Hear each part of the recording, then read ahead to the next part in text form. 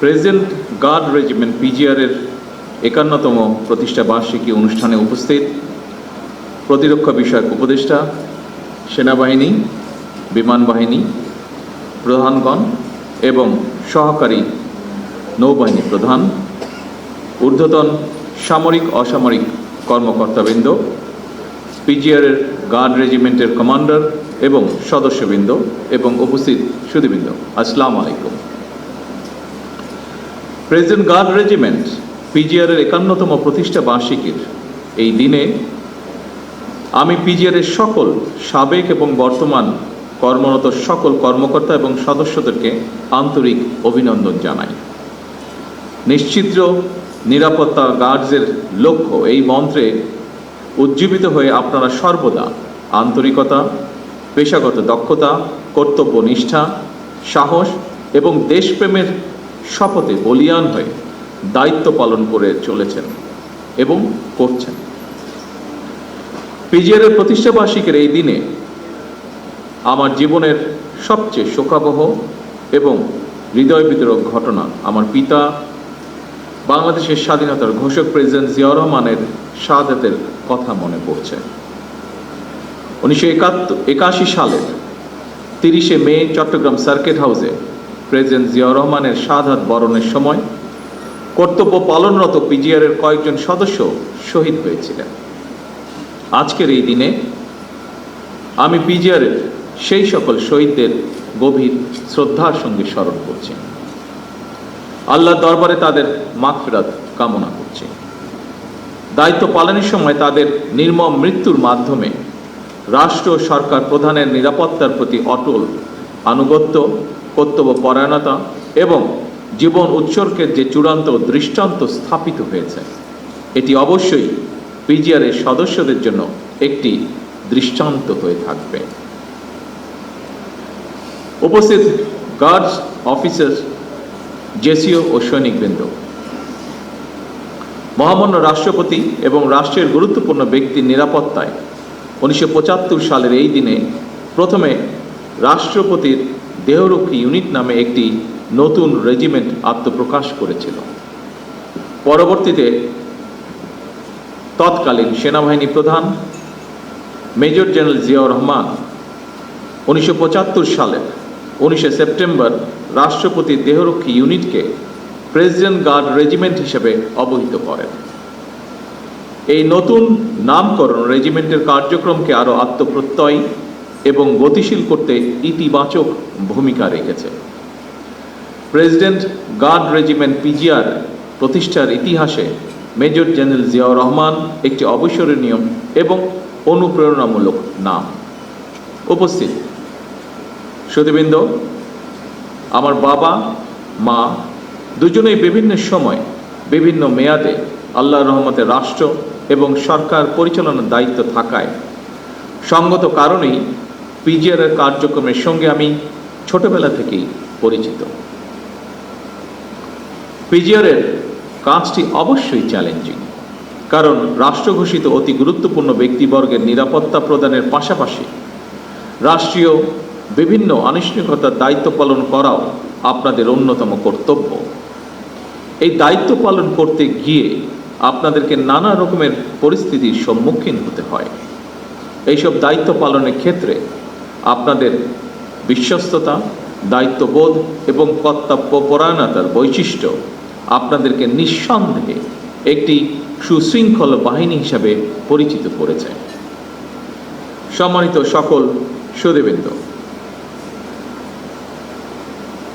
আমি যতটুকু জানি, সুশৃঙ্খলতার স্বীকৃতি স্বরূপ পিজিআর চলতি বছর ন্যাশনাল স্ট্যান্ডার্ড পুরস্কারের জন্য মনোনীত হয়েছে। একটি বাহিনী হিসাবে এটি অবশ্যই আপনাদের জন্য অত্যন্ত গৌরবের। এই সাফল্যের জন্য আমি আবারও আপনাদেরকে জানাই আন্তরিক অভিনন্দন। যে কোনো প্রতিকূল পরিস্থিতিতেও আপনাদের ইস্পাত কঠিন দায়িত্ববোধ অবশ্যই প্রশংসনীয়।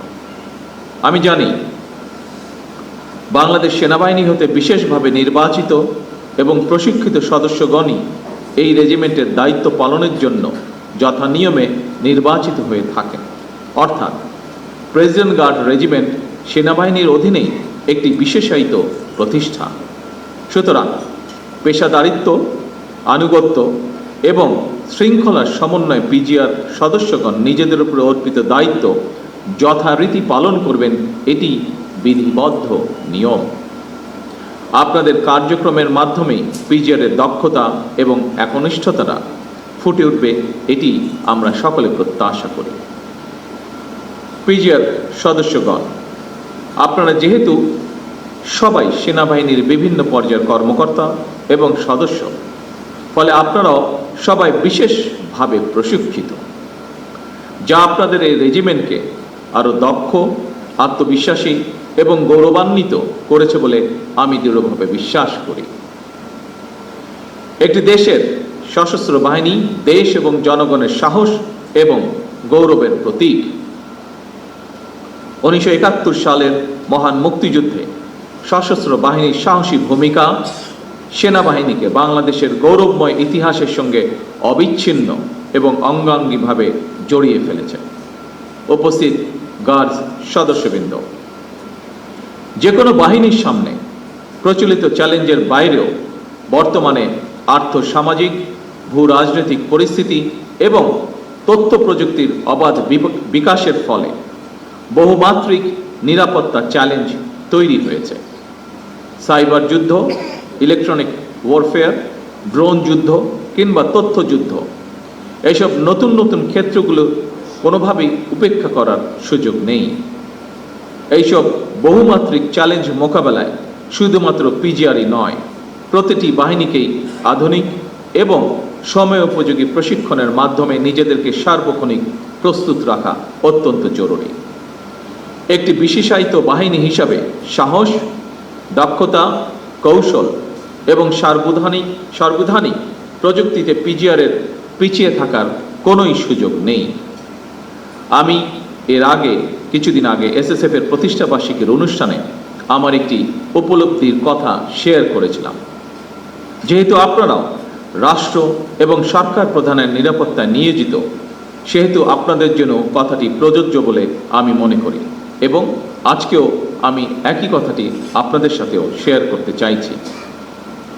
সেটি হলো, এটি গণতান্ত্রিক সরকারের প্রধান হিসাবে রাজধানী ঢাকা এবং ঢাকার বাইরে দেশের প্রত্যন্ত অঞ্চলে প্রায়শই জনসভা এবং বিভিন্ন রাষ্ট্রীয় কর্মসূচিতে আমাকে অংশগ্রহণ করতে হয়। ফলে সেই সকল অনুষ্ঠানে আপনাদেরকেও দায়িত্ব পালন করতে হয়। তবে এই ধরনের অনুষ্ঠানে ব্যাপক জনসমাগমের মধ্যে নিরাপত্তা নিশ্চিত করা অবশ্যই কিছুটা জটিলতাপূর্ণ। এসব কর্মসূচি পালনের সময় একদিকে সরকার প্রধানের নিরাপত্তা ব্যবস্থা বজায় রাখা, অপরদিকে নাগরিক জীবনের স্বাচ্ছন্দ্য নিশ্চিত রাখা, এই দুইটির মধ্যে ভারসাম্য রক্ষা করেই আপনাদেরকে নিরাপত্তা কৌশল প্রণয়ন করতে হয়। তবে আপনাদের প্রতি আমার আহ্বান, নিরাপত্তা কৌশল এমনভাবে বিন্যাস করা জরুরি, জনগণ যাতে নিজেদেরকে সরকার প্রধান থেকে বিচ্ছিন্ন মনে না করেন। একটি গণতান্ত্রিক সরকারের প্রধান হিসাবে আমি জনগণের বিশ্বাস এবং ভালোবাসার উপরে আমার আস্থা এবং নির্ভরতা বজায় রাখতে চাই। সুতরাং নিরাপত্তা কৌশল যাতে সরকার প্রধান থেকে জনগণ থেকে দূরে ঠেলে না দেয়, সেদিকে বিশেষভাবে লক্ষ্য রাখার জন্য আমি আপনাদের প্রতি বিশেষভাবে আহ্বান জানাই। উপস্থিত সুধীবৃন্দ, সশস্ত্র বাহিনীর পাশাপাশি পিজিআর কিংবা এসএসএফ এর মতন সফিস্টিকেটেড বাহিনীগুলোকেও সরকার আরও আধুনিকায়নের পরিকল্পনা গ্রহণ করেছে। এই বিষয়ে যথা নিয়মে পদক্ষেপও গ্রহণ করা হচ্ছে। আমি বিশ্বাস করি, সশস্ত্র বাহিনী যদি দেশপ্রেমে উদ্বুদ্ধ হয়ে কঠোর নিয়মবর্তিতা অনুসরণ এবং পেশাদারিত্ব বজায় রাখেন, তাহলে দেশের সার্বভৌমত্ব আর কখনোই হুমকির সম্মুখীন হবে না বলে আমি বিশ্বাস করি, ইনশাআল্লাহ। প্রিয় গার্ডস সদস্যবৃন্দ, আমি আশা করব